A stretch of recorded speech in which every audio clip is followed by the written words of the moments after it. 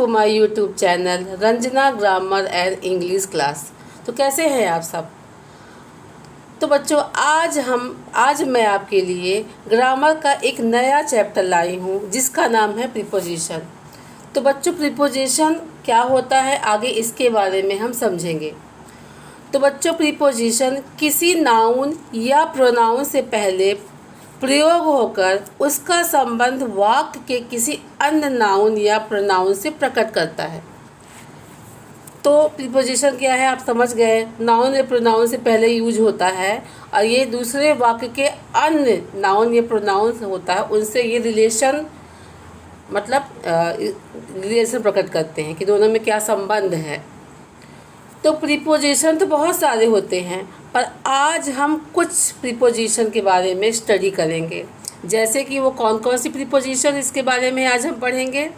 In, at, after, behind, by, with, beside, besides, between, among, in, into, इनका use आज हम देखेंगे। तो चलिए स्टार्ट करते हैं। आगे हम स्टार्ट करेंगे, देखेंगे कि आफ्टर क्या है। तो आफ्टर का यूज टाइम दिखाता है, टाइम दर्शाता है कि कोई काम कितने समय बाद होगा, यह समय की ओर संकेत करता है। और अब हम इनके बारे में जानेंगे। ये भी टाइम ही दर्शाता है, दोनों में ज़्यादा डिफरेंट नहीं है। जैसे कि ये आफ्टर होता है, कोई काम कितने समय बाद होगा ये बताता, इसकी ओर संकेत करता है। लेकिन इन भी समय की ओर संकेत करता है, लेकिन ये भविष्य काल की अवधि बताता है कि काम कुछ समय में होगा, यानी कि अभी हुआ नहीं, थोड़ी समय एक टाइमिंग, एक पीरियड बताता है कि इतने समय में आपका काम शुरू होगा। तो अब आगे पढ़ेंगे बिहाइंड का यूज। बिहाइंड जैसे कि आप अर्थ में जानते हैं कि बिहाइंड मतलब होता है पीछे।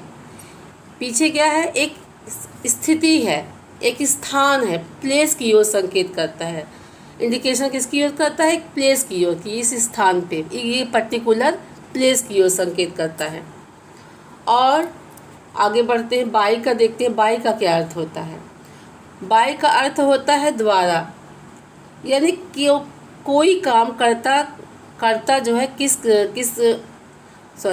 बाई का अर्थ कार्य करने वाले अर्थात कर्ता से पहले होता है, यानी जो कर्ता होता है उससे पहले बाई का यूज़ होता है। विथ का प्रयोग किसी यंत्र के द्वारा होता है, यानी कि मान लीजिए किसी यंत्र के द्वारा हम कोई काम करते हैं तो वहाँ बाई से बाई स्टिक है, बाई गन है, किसी चीज़ को मारा जाए तो बाई गन, बाई स्टिक, तो इनका यूज होता है। तो आगे बढ़ते हैं, बिसाइड और बिसाइड्स के बारे में पढ़ेंगे। बिसाइड का अर्थ है निकट, यानी कोई पास की चीज़, और बिसाइड्स का अर्थ होता है अतिरिक्त या अलावा।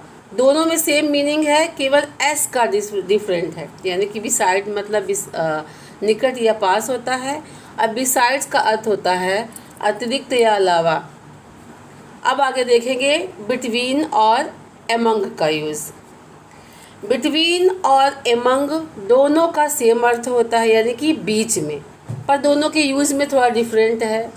जैसे बिटवीन हमेशा दो के लिए आता है, यानी कि दो चीज़ों में जहाँ डिस्ट्रीब्यूशन करना होता है, दो वस्तुओं में, दो चीज़ों में, दो व्यक्तियों में, तो वहाँ पे बिटवीन का यूज़ आता है।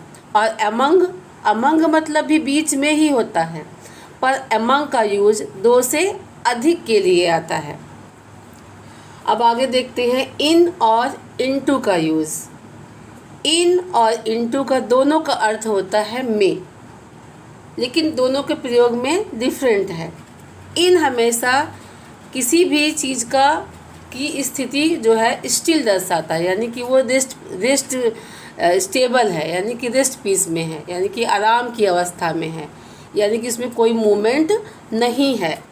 और इनटू का यूज भी में ही होता है, अर्थ तो में होता है, पर ये गति दर्शाता है, यानी कि मोशन दर्शाता है कि कोई वस्तु गति करते हुए जो आती है, गिरती है, आती है, वहाँ पे इनटू का यूज होता है।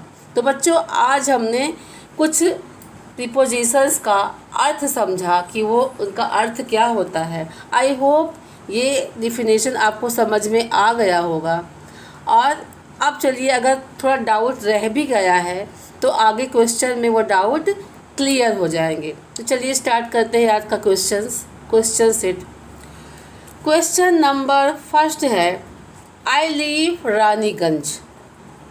अब इसमें आंसर बताइए कौन सा। Option A in, option B at, option C into और option B D bye.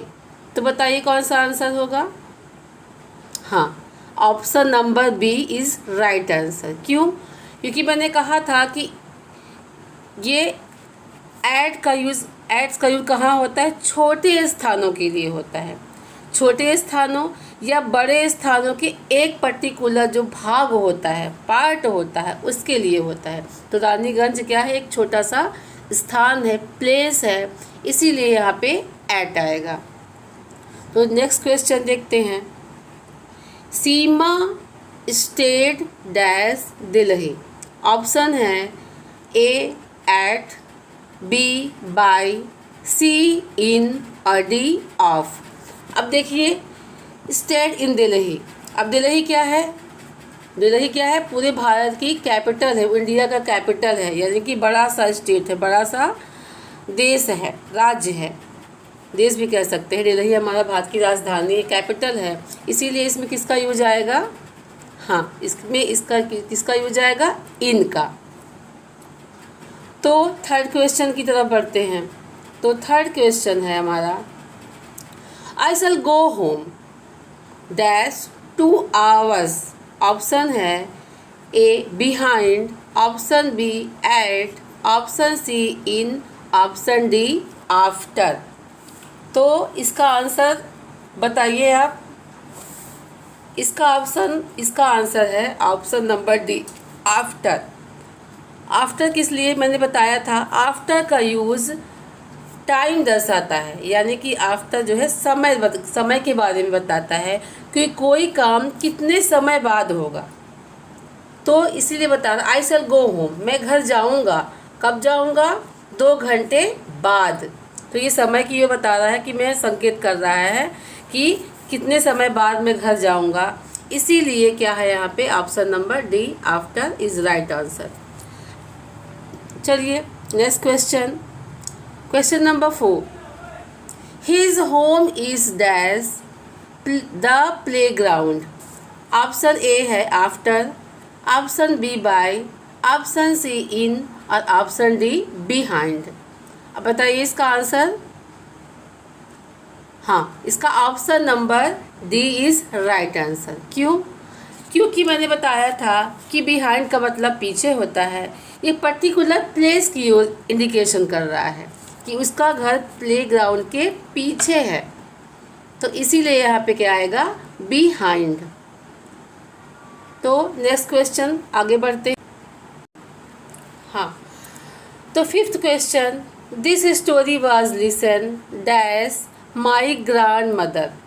Option A है in, option B with, option C of, option D by. तो बताइए कौन सा आंसर होगा?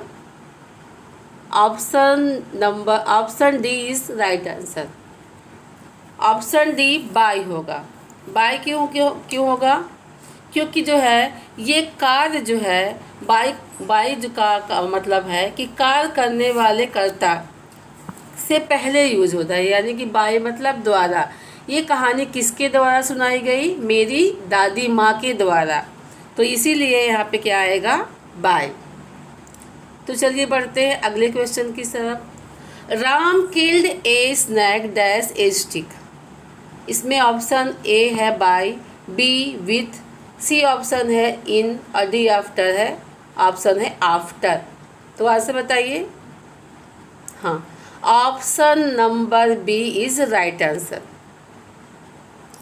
क्यों? क्योंकि मैंने बताया था कि विथ का यूज किसी इंस्ट्रूमेंट से होता है, यानी किसी साधन या यंत्र से कोई काम किया जाता है, वहाँ पे विथ का यूज आता है। जैसे Ram killed a snake with stick. Ram ने स्नेक को किससे मारा? एक यंत्र के द्वारा। वो यंत्र क्या है? स्टिक है। एक इंस्ट्रूमेंट से मारा, वो इंस्ट्रूमेंट क्या है? स्टिक है, इसीलिए यहाँ पे विथ आएगा। तो चलते बढ़ते हैं अगले क्वेश्चन की तरफ। तो question number 7, my room is dash the kitchen. अब बताइए, ऑप्शन ए है इसमें इन, बी है बिसाइड, सी है बिसाइड्स और डी है बाय। तो ऑप्शन बताइए क्या है? हाँ, इसमें होगा option number B is right answer. क्यों? माई रूम इज, मेरा कमरा कहाँ है? निकट है। बिसाइड मतलब पास या निकट, यानी कि मेरा कमरा किचन के पास है, तो इसीलिए यहाँ पे क्या होगा? बिसाइड। तो चलते बढ़ते हैं अगले क्वेश्चन की तरफ। Question number 8, divided this mango dash two brother. Option है A among, option B between, option C by और ऑप्शन डी विथ। तो बताइए आंसर क्या होगा? Come on hurry up. Yes, option number is B is right answer. क्यों?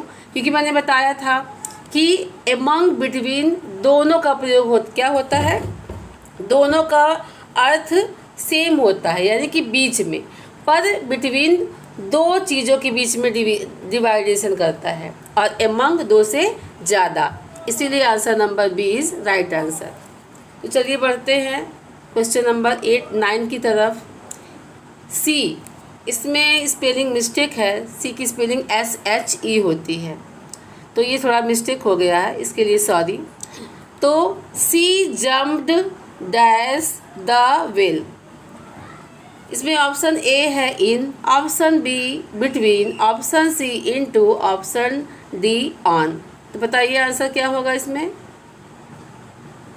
हाँ, option number C is right answer. क्यों?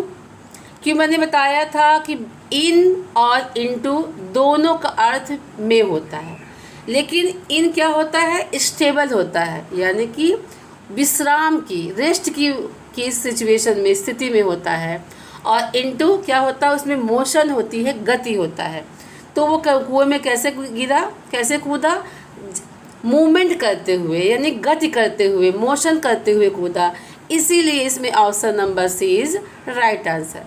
तो चलते बढ़ते हैं क्वेश्चन नंबर 10 की तरफ। ये हमारे वीडियो का ये लास्ट क्वेश्चन। क्वेश्चन नंबर 10 है, dash a book he want a pen. He want a pen.